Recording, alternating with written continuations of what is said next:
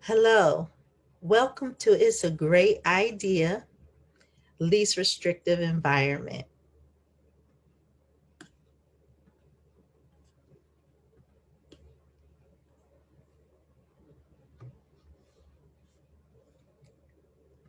I'd like to welcome you here today. Thank you so much for joining me. By being here on this webinar that we're sharing with you today, you're already making a difference in the life of your child because knowledge is power, and it's a great idea to be here. My name is Kipwana Wright. I will be your facilitator today. I am here under dual hats.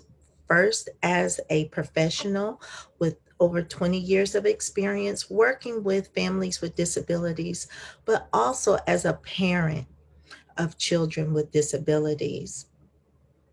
Um, like most parents, we do not want to hear that our children have any types of disabilities. It's frightening, it's scary, it makes you feel sad and maybe that you've done something wrong as a parent. But it is a natural part of our process. And it wasn't until I had a conversation with another parent that shared with me what she was dealing with her son did I even recognize that I needed to have my child evaluated, because it was something I just wasn't accepting, that something deeper was going on with my child. And so I thought this was just kind of the way my child was. This is part of their proclivities and who they are as a person.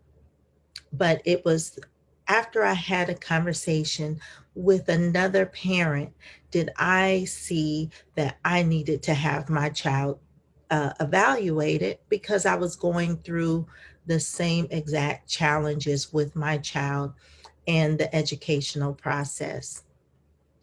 And so that's why we're here today, to help you grow as an advocate for your child and to help you help your child grow as an advocate for themselves.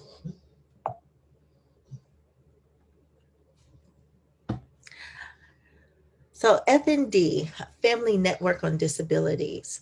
We are a 501c3 nonprofit organization helping families across the state of Florida. Um, we are funded in part by the U.S. Department of Education and the U.S. Department of Health. We provide information, resources, and supports for families, educators, and parents just like yourself to help them understand the special education process here in Florida.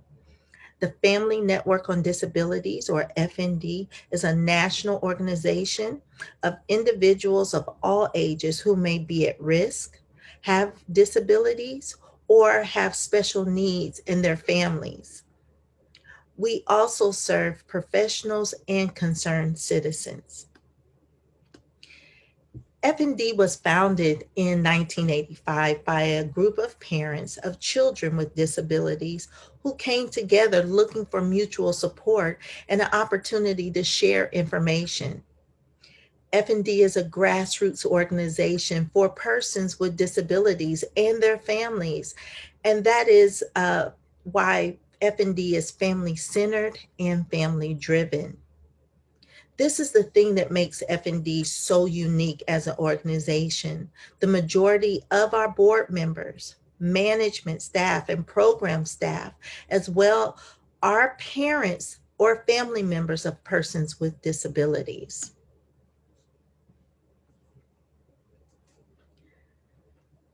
A very important clarification we would like to make before we begin.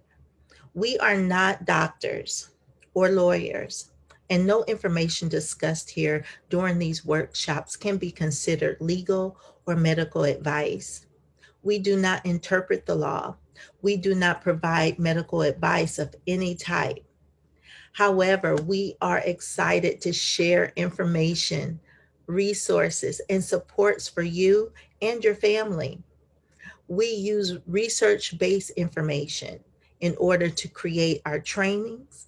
We work in collaboration with state and federally funded organizations in order to create and provide resources for families.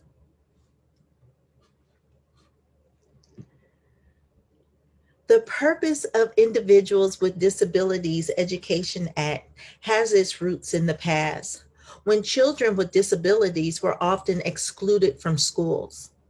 This history can be clearly seen in the findings that Congress states at the very beginnings of the law, as most recently amended in 2004.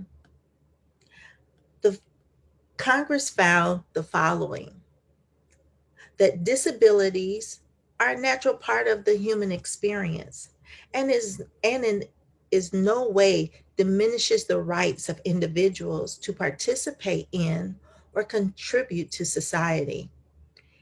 Improving educational results for children with disabilities is an essential element of our national policy of ensuring equality of opportunity, full participation, independent living, and economic self sufficiency for all individuals with disabilities. Before the date of enactment of the Education for All Handicap Act of 1975, the educational needs of millions of children with disabilities were not being fully met because children did not receive appropriate educational services. They were excluded entirely from the public school system and from being educated with their peers. They were being underdiagnosed with disabilities that prevented children from having a successful educational experience. Or there was a lack of adequate resources within the public school system, which forced families to find resources outside of the public school system.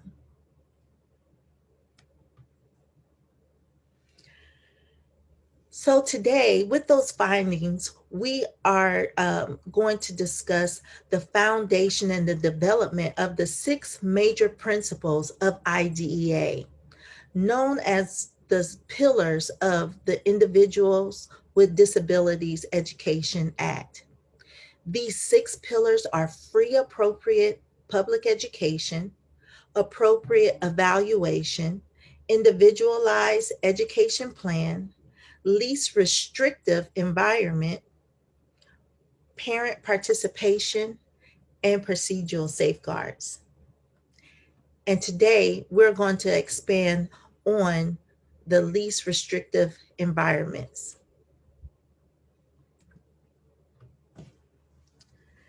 LRE refers to the setting where a child with disabilities can receive appropriate education designed to meet his or her educational needs alongside their peers without disabilities to the maximum extent appropriate. As the department explained in the analysis of comments and changes to the final Part B regulation in the Federal Register, the LRE requirements in statutes 300.114 through 300.117 express a strong preference not to mandate for educating children with disabilities in regular classes alongside their peers without disabilities. LRE has been a part of the federal special education law from its inception in 1975. LRE basic statutory provision has remained intact for the last 30 years.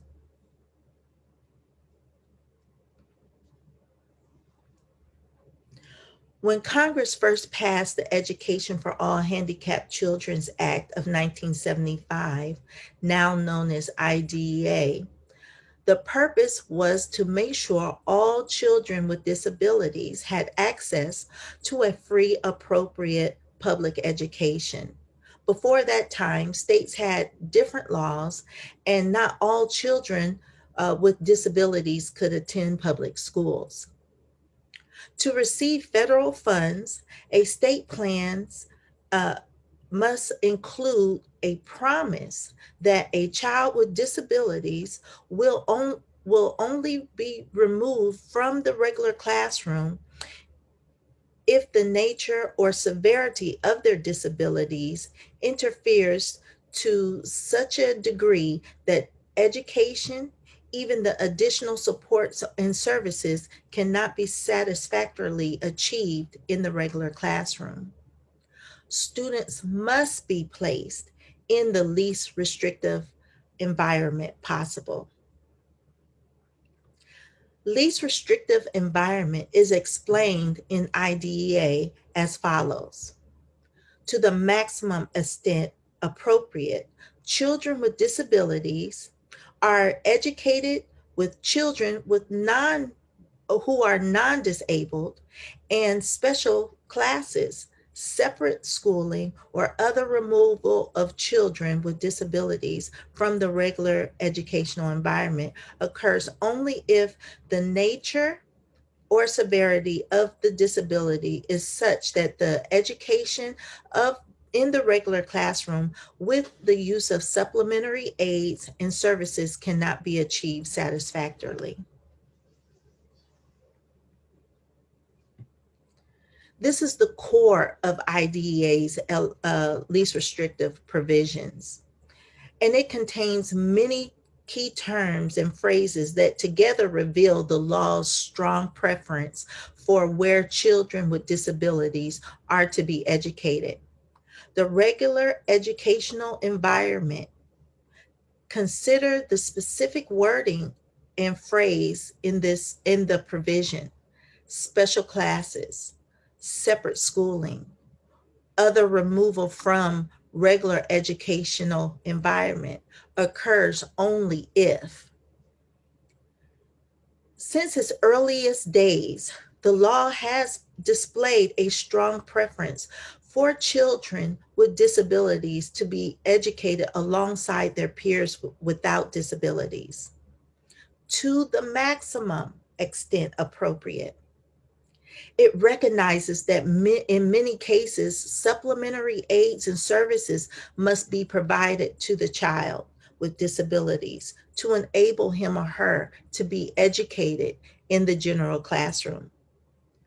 These supplementary aids and services can play a pivotal role in supporting the education of individuals, children with disabilities in the regular educational environment. Simply put, removal of a child with disabilities from the regular classroom may only occur if the child cannot be satisfactorily educated in the regular educational environment with the use of supplementary aids or services.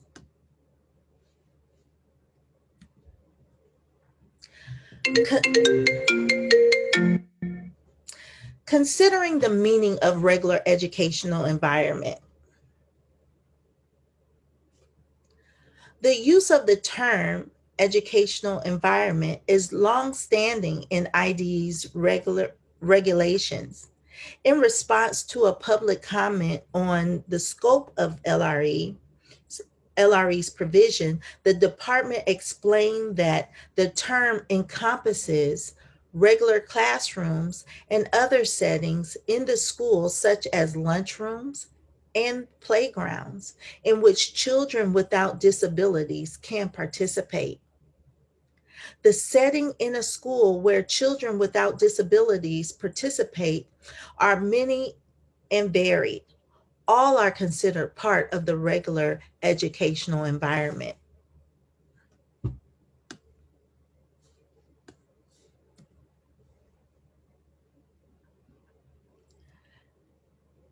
Consider the meaning of satisfactorily educated. There isn't a specific standard or level established within IDA for determining what it means for education of a child with a disability to be achieved satisfactorily. Rather, each child's IEP is the measuring tool. The IEP team determines if a child's education is appropriate and if it is being achieved satisfactorily. The IEP may be reviewed and revised, enabling the IEP team to respond to concerns that the education in the regular classroom environment cannot be achieved satisfactorily, and to make necessary and appropriate adjustments or modifications specifically regarding the type of supplementary aids and services provided to support the child's education in the regular classroom setting. So let's consider supplementary aids and services.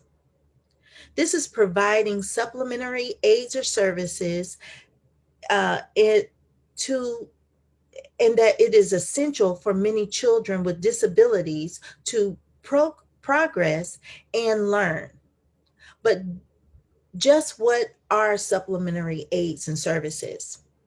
The term supplementary aids or services is defined in Statute 300.42, and it says supplementary aids and services mean aids, services, and other supports that are provided in regular education classes, other education related settings, and in extracurricular and non academic settings to enable children with disabilities to be educated with non disabled children to the maximum extent appropriate in accordance with Statute 300.114 through 300.116.